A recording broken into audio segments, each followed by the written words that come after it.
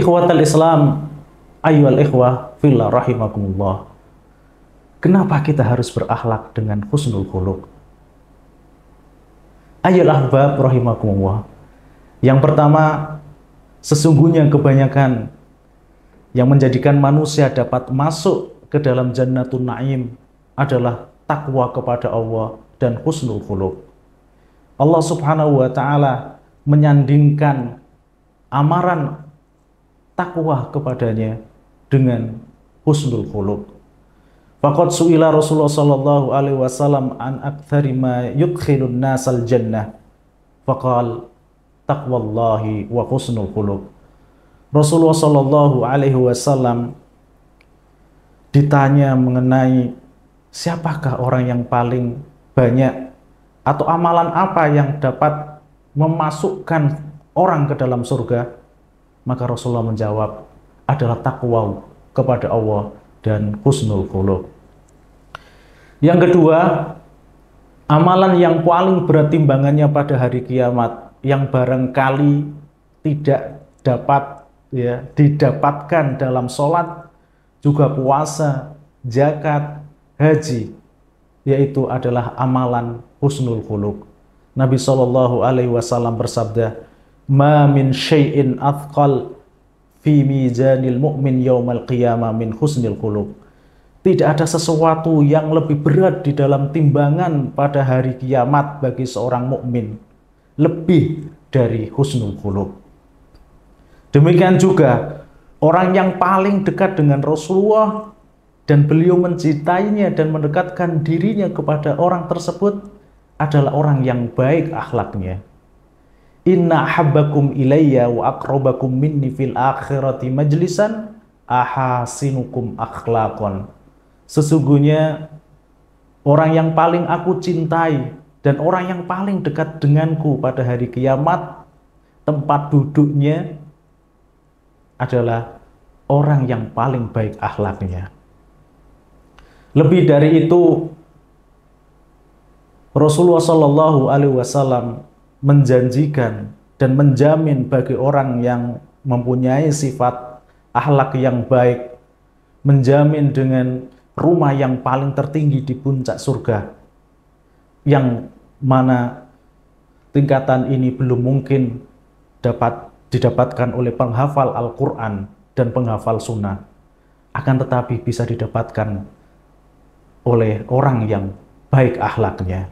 Beliau bersabda, ana ja'imun bi baitin fi 'alal jannati liman hasuna khuluquhu. Aku menjamin dengan rumah yang tertinggi di surga bagi orang yang akhlaknya baik. Demikian juga dan bahkan husnul khuluq mencapai derajat pahala orang yang berpuasa dan sholat, yang mungkin pelaku husnul khuluq tidak banyak sholat dan tidak banyak amalan puasanya. Rasulullah Shallallahu Alaihi Wasallam bersabda, innal mu'mina la yudriku bi husnil khuluqi darajatas shaimil qaimi. Beliau bersabda, orang yang beriman melalui akhlaknya dia akan dapat mencapai derajat orang yang berpuasa, derajat orang yang melakukan sholat. Husnul khuluq, ayyul ahbafillah, adalah ibadah yang paling agung. Dikarenakan sebuah hadis yang diriwayatkan oleh Imam Bukhari dari Aisyah radhiyallahu anha, anna Rasulullah sallallahu alaihi wasallam qala, inna abghadha rajulin ilallahi al-aladdul qasim. Orang yang paling dibenci oleh Allah adalah orang yang suka berdebat dan suka bertengkar. Yakni Allah membenci orang yang suka berdebat, suka bertengkar, orang yang kaku, jelek akhlaknya, yaitu orang yang ridho meski tidak diridhoi, yang selalu bergaul dengan manusia dengan banyak menuduh, banyak bertengkar. Setiap orang yang bertemu dengannya ingin menghindar dari lisannya. Semua orang tidak suka duduk bersamanya, meski dia banyak sholatnya, puasanya, zakatnya, dan ibadahnya. Dia bahkan menjadi manusia paling buruk dan dibenci oleh Allah dan manusia. Untuk itulah hayal ahbab rahimakumullah, kedudukan husnul khuluq dalam din ini adalah kedudukan yang tinggi, yang Allah menjadikan bagus akhlak kita. Maka tidak ada gunanya keindahan lahiriah jika tidak indah batinnya. Yang dimana Rasulullah Shallallahu Alaihi Wasallam pernah bertanya kepada para sahabatnya, "Atadruna manil muflis?" Tidakkah engkau tahu siapakah orang yang merugi, siapakah orang yang bangkrut? Di sana ada orang yang sholat, orang yang berpuasa, orang yang berzakat, menghatamkan Al-Quran bisa 3 kali di dalam 1 minggu, bisa 1 bulan, dan lain sebagainya. Datang sholat Jum'ah, dia segera untuk sholat berjamaah, juga berhaji, namun mereka miskin, mereka adalah orang yang bangkrut dan merugi karena akhlak.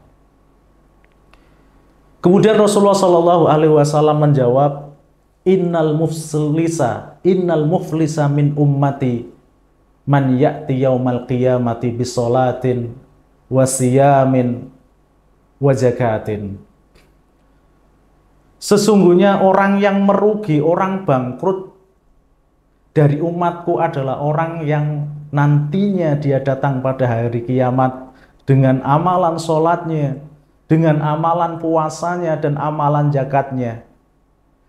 Wa ya'ti wa qad syatama hadza, akan tetapi dia datang, dia pernah menghina orang ini, wa qadzafahana hadza, dia pernah menuduh orang ini, wa akala mala hadza, dia pernah memakan harta orang ini, wa safaka dama hadza, dan dia menumpahkan darah ini, wa dzaraba hadza, dan dia memukul orang ini, fayu'ta hadza min hasanatihi, maka dia akan diberikan dari kebaikannya. Orang yang didolimi akan diberikan dari kebaikannya. Fa'idha faniyat hasanatuhu, apabila kebaikan-kebaikannya itu telah habis, akhadha min khotoyahum, maka akan diambil dari kesalahan-kesalahan orang yang didolimi, faturihat alaihi, kemudian dipindahkan kepada dia. Tumma turiha finnari, kemudian dia dilimpar ke dalam neraka. Untuk itulah wahai hamba Allah, bahwa husnul khuluq adalah amalan ibadah yang terbesar. Ada seseorang yang mengatakan Allah sudah menciptakan dia sebagai orang yang keras, bermuka sinis, masam. Aku tidak tahu bagaimana cara untuk tersenyum. Maka saya katakan, kamu harus membiasakan diri untuk tersenyum. Membuat wajahmu selalu berseri manis, menolak hal yang menyakiti orang lain. Kalau ada orang yang mendurgai kedua orang tuanya, maka sholatnya tidak sampai kepada kedua telinganya. Kalau ada seseorang yang memutus hubungan silaturahim, maka tidak satu pun sholatnya yang terangkat kepada Allah Subhanahu wa Ta'ala. Kalau ada orang muslim yang bergibah terhadap muslim yang lain, maka amalan baiknya itu akan tergerogoti.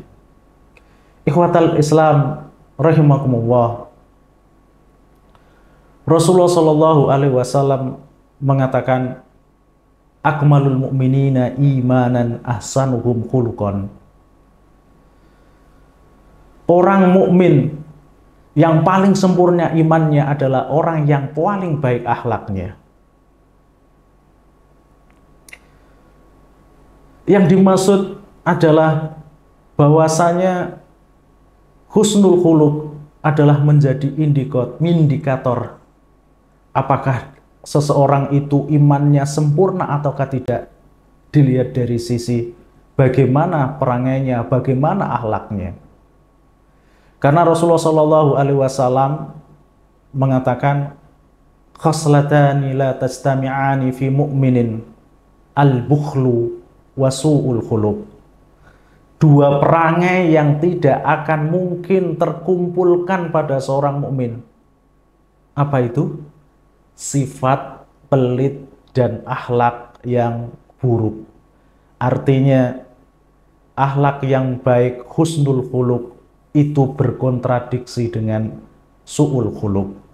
Seseorang kalau dia itu punya su'ul khuluq, maka dia tidak bisa dikatakan husnul khuluq, dan begitu sebaliknya. Ikhwatal Islam rahimakumullah, demikian juga akhlak yang mulia dapat menambah umur dan menjadikan rumah itu makmur.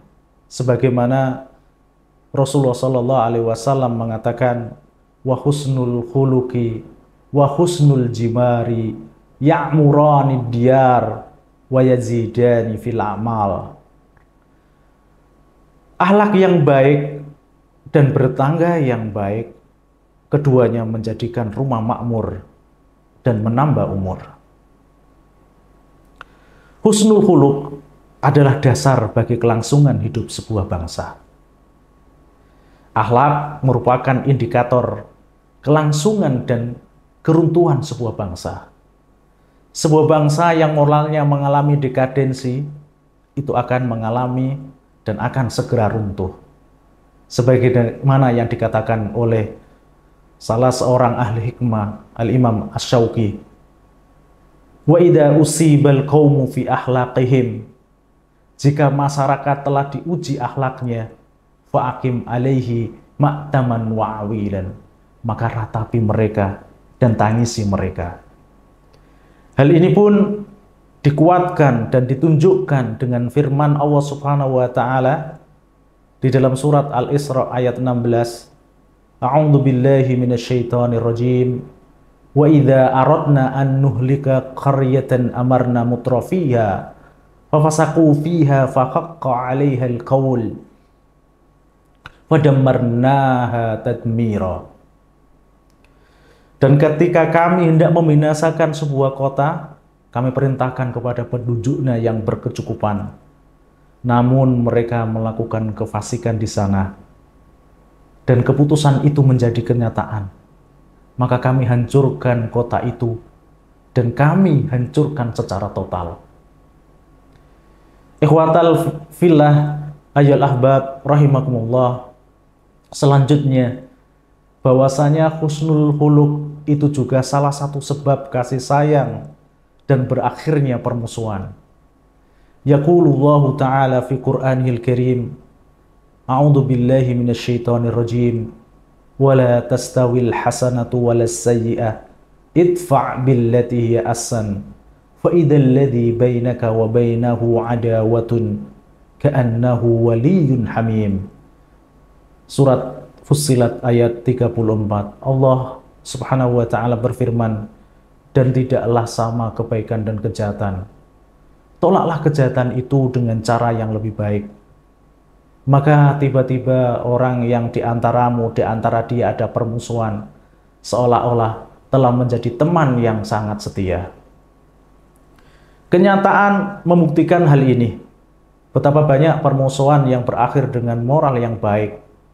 Seperti permusuhan Umar, permusuhan Ikrimah kepada Rasulullah Sallallahu Alaihi Wasallam, permusuhan kaum musyrikin terhadap Rasulullah Sallallahu Alaihi Wasallam yang berakhir dengan akhlak yang ditampilkan oleh Rasulullah Sallallahu Alaihi Wasallam. Mereka radhiyallahu anhum yang asalnya mereka memusuhi Rasulullah Sallallahu Alaihi Wasallam 180 derajat menjadi orang-orang yang paling cinta terhadap Rasulullah Sallallahu Alaihi Wasallam.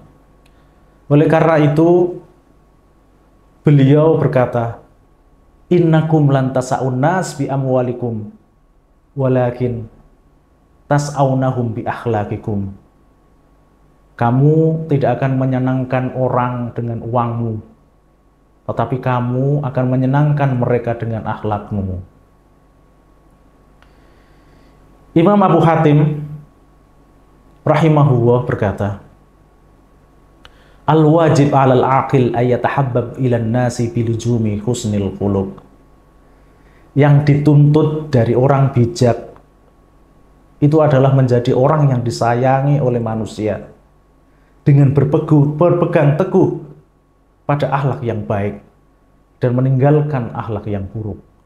Karena akhlak yang baik itu bisa melebur dosa seperti matahari mencairkan es. Ikhwatal Islam, ayyul ahbab, rahimakumullah. Demikian yang bisa saya sampaikan pada kesempatan kali ini dalam seri akhlak. Mari kita akhiri. Allahumma ati nafsi taqwaha wa zakkiha wa anta khairu man zakka wa anta waliyuha wa anta maulaha. Allahumma kama hasanta khalqi wa hassin khuluqi. Subhanaka wa bihamdika la ilaha illa anta faqina adzaban nar. Wa sallallahu alaihi wasallam wa baraka alaihi wa alihi wa ashabihi ajma'in. Wa akhiru da'wana wassalamu alaikum warahmatullahi wabarakatuh.